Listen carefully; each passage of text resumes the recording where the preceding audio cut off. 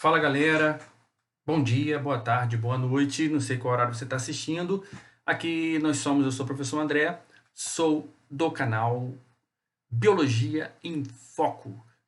Galera, olha só, hoje eu vou trazer para vocês a continuidade de um tema que nós já trabalhamos há algumas semanas atrás, que é a evolução, né? Eu trabalhei com vocês o Lamarckismo, teoria de Lamarck, que foi um grande evolucionista, um dos primeiros a estarem elaborando alguma coisa sobre o assunto, embora existam outros cientistas relacionados. Falei sobre teoria de Darwin, o darwinismo, e hoje eu vou falar sobre teoria sintética da evolução, fechando esse tema básico, as teorias, né? Fechando a teoria da evolução, o que eles falaram, né?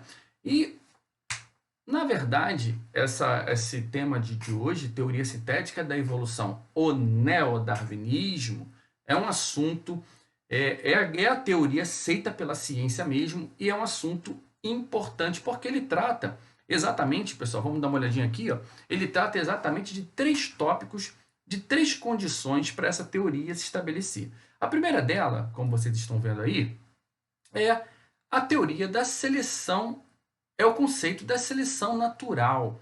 O conceito de seleção natural é um conceito que nós já estudamos lá no darwinismo. Por isso que essa teoria ela é chamada de neodarwinismo. É o novo darwinismo, porque ela é pautada, a base dela é a seleção natural, como nós estamos vendo aí. É o primeiro conceito encontrado na teoria sintética da evolução, ou neodarwinismo. E o que seria seleção natural? Vamos recordar. Darwin propôs a seleção natural como exatamente a ênfase relacionada à transformação, ao desenvolvimento de uma espécie para outra, né? Ou seja, a especiação. A especiação, a formação de uma nova espécie, a proposta dele, a gente não vai entrar aqui em méritos, né? Quais são os tipos de teorias voltadas para isso, mas a proposta dele é que os seres vivos estão expostos, né, sofrem algumas alterações, e essas alterações, ele não sabia explicar o porquê, mas essas alterações, elas justamente deram condições dos organismos mais bem adaptados sobreviverem e seguirem sua vida. E aqueles que não estão bem adaptados começam a entrar em declínio, começam a morrer e vão sumindo. Isso é a seleção natural. Todo darwinismo é pautado na seleção natural praticamente, tá? Que nada mais é, resumindo, sobrevivência dos mais bem adaptados. Então, aquelas espécies que têm as características mais favoráveis a viver naquele ambiente são essas espécies que vão conseguir sobreviver e vão perpetuar. Obviamente, se eu tenho características favoráveis à sobrevivência, eu vou transmitir isso aos meus descendentes, tá? Ou não, sobretudo se acontece, né, dentro dessa espécie, a reprodução sexuada. E aí, porque a variabilidade genética é grande, você pode ter tanto uma variação desse gene para o lado bom, como para o lado ruim, né? Ou seja, você pode ter uma evolução que venha propiciar a vida dele naquele ambiente, ou venha de fato deletar a vida daquele indivíduo no ambiente, tá bom? Mas o fato é, só sobrevive os mais bem adaptados. Só abrindo um parêntese e abrindo um lembrete, anota aí, ó, um lembrete, a questão do meio ambiente, tá? Só lembrando que para Darwin, o meio ambiente é como um agente selecionador. Então ele seleciona os mais bem adaptados, tá? Seleção natural praticamente é isso. E o segundo tópico fala sobre recombinação gênica. Se você voltar aqui, você vai ver, ó, que ele está associando a recombinação gênica à produção de gametas. Por que isso? Vamos entender melhor. Veja bem, ai meu Deus, calma aí que fugiu. Aqui. Essa imagem, ela está trazendo para nós aqui, ó, essa célula mãe, que está iniciando o processo. Aqui é meiose, tá, gente? Então, a recombinação gênica está intimamente ligada à meiose, tá bom? Então, aqui nós temos a célula-mãe com 2 cromossomos homólogos. O que significa isso? São 2 cromossomos que eles estão representados pelas cores, tá bom? Então, aqui você tem esse cromossomo aqui e tem esse cromossomo. Por que eu posso afirmar que eles são homólogos? Se você reparar bem, todos esses 2 cromossomos, que aqui eles são chamados cromossomos completos, com 2 perninhas, né, cada um deles, todos esses 2 cromossomos homólogos, eles apresentam na parte superior deles a letra A e na parte inferior a letra B. Essas letrinhas, elas estão representando os genes. Para quem não lembra da genética aí, elas são que nós temos na parte superior o gene A e na parte inferior o gene B. Se eles não fossem homólogos, eles não teriam o mesmo tamanho e eles não, com certeza não, sobretudo, não estariam carregando os mesmos genes. Aqui, por exemplo, no roxo seria o A e aqui no vermelho seria o gene C, por exemplo, né? Que não tem nada a ver com este, ou seja, este cromossomo não teria nada a ver com este outro vermelhinho. Resumindo, aqui são cromossomos homólogos. Eles carregam os mesmos tipos de genes. Mas observem vocês também que, embora esses genes sejam para as mesmas características, eles podem apresentá-los de forma diferente. Então aqui, por exemplo, eu tenho um azão nesses dois e aqui eu tenho o quê? Um azinho. Ou seja, aqui eu tenho esse gene dominante, que é representado pela letra maiúscula, e aqui eu tenho esse gene recessivo. Embora seja para a mesma característica, essa característica pode se apresentar de forma diferente. Só para a gente exemplificar e ficar mais fácil o entendimento. Por exemplo, vamos supor que esse gene A aí seja para a cor dos olhos. Não sei se vocês têm conhecimento, mas a cor dos olhos, o dominante são olhos castanhos. E ele é representado pela letra azão. E os olhos claros, como azuis, verdes, são representados pela letra A, pela letra A, mas a gente chama de azinho, ou seja, o A minúsculo. Então aqui nós temos o dominante e o recessivo, beleza? Embora eles sejam diferentes, um é castanho, outro é azul, verde, os dois representam a cor dos olhos. É isso que eu quero dizer. Então a característica aqui nessa parte superior seria a cor dos olhos, tá bom? Então são cromossomos homólogos. E olha o que está acontecendo nessa primeira divisão, porque a meiose é dividida em duas partes. Eu não vou aqui esmiuçar a meiose, não é o nosso tema de hoje, mas eu preciso falar para que você entenda a recombinação gênica. E aí o que acontece? Quando os cromossomos homólogos pareiam, logo na primeira fase da meiose, e na primeira subfase, praticamente, esses cromossomos eles já estão se aproximando e tal. Pum, de repente, na segunda subfase, eles pareiam, eles acabam entrando, fica um do lado do outro, como você está vendo aí, criando essa perninha. A gente chama isso de quiasma, criando um quiasma. Um X, praticamente, a perninha de um acaba se envolvendo, entrelaçando com a perninha do outro, tá? São cromossomos distintos, mas são homólogos. Então, na meiose, eles pareiam e fazem essa formação do quiasma. Isso leva, gente, a uma permutação. Não sei se você está percebendo, o Bzinho, que era deste cromossomo vermelho, agora está foi compartilhado com um dos filamentos do outro cromossomo, né? Com uma das partes do outro cromossomo. Então você pode reparar que esta perninha toda aqui agora tem o azão do roxo, mas tem o Bzinho, está carregando o Bzinho do outro cromossomo. E esta aqui, que era o Bzinho junto com o azão, ou era o Bzão junto com o azão no roxo aqui, esse Bzão foi parar do outro lado, ou seja, para o outro cromossomo, combinando ele, ficando com o Azinho. Então, este cromossomo ficou com o Azinho e Bzão.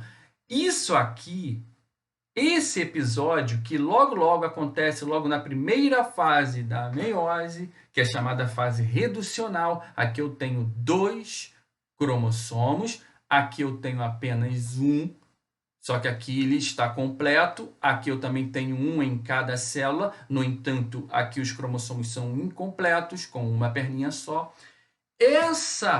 Justamente esse episódio, que é um dos episódios mais importantes da meiose, é ele que leva justamente à recombinação gênica, ou seja, o azão não estava com o Bzão, agora que o azão está com o Bzinho, e aqui o azinho não estava com o Bzão, agora aqui ele está com o azinho com o Bzão. Então aqui ele estava com azinho, Bzinho, recapitulando, aqui ele ficou com o azinho, Bzão. E se você olhar todos esses daqui, ó, esse daqui, o roxinho, ó, azão, Bzão veio para cá, azinho, Bzinho veio para cá, o azinho, Bzão aqui, e por fim o azinho, Bzinho no último. uma célula iniciou o processo e 4 novas se formaram. E observem vocês, nós fizemos isso apenas para um par de cromossomos. No nosso caso, nós temos 23 pares. E esse mesmo episódio acontece com os 23 pares, ok? Que é a permutação, que é o crossing over, que é justamente o episódio que vai fazer essa recombinação dos genes. Então, se o espermatozoide que fecundar for esse, ele vai estar carregando essa carga genética aqui. Se for esse espermatozoide aqui, estará carregando essa. Então, podem observar vocês que cada espermatozoide ou óvulo formados aqui embaixo, vamos usar o espermatozoide porque é mais correto mesmo, que é 1:4, né? Na formação do espermatozoide, a cada célula que inicia o processo, 4 são formados. Já no óvulo é um pouco diferente. Então, vamos usar o espermatozoide como referência aqui para nós. Então, esses espermatozoides formados por esta célula aqui inicial, um é diferente do outro, se você observar bem. Eles são diferentes, tá? Justamente por conta de quê? Da recombinação gênica. Mas, André, o que teria a ver a recombinação gênica com a teoria sintética da evolução? Gente, olha só. E lá no final eu vou mostrar um desenho, um esquema, um raciocínio final, né? Vamos compilar toda a teoria sintética num esquema e você vai entender melhor, mas eu já vou adiantar. A recombinação gênica, ela vai propiciar ao indivíduo essas alterações, essas modificações, e isso poderá levar a novas características e, consequentemente, ao processo evolutivo, tá bom? Então, essa condição de ter novas características propiciada pela própria recombinação gênica, observem vocês que eu não estou falando nem da reprodução ainda, estou falando da produção de gametas. Depois que esses gametas são produzidos de forma diferente, gametas diferentes, eles podem fecundar um óvulo que também foi produzido através do mesmo mecanismo. Então, cada óvulo carrega uma carga genética e ainda depois eles vão se encontrar podendo se recombinar e variando mais ainda as características.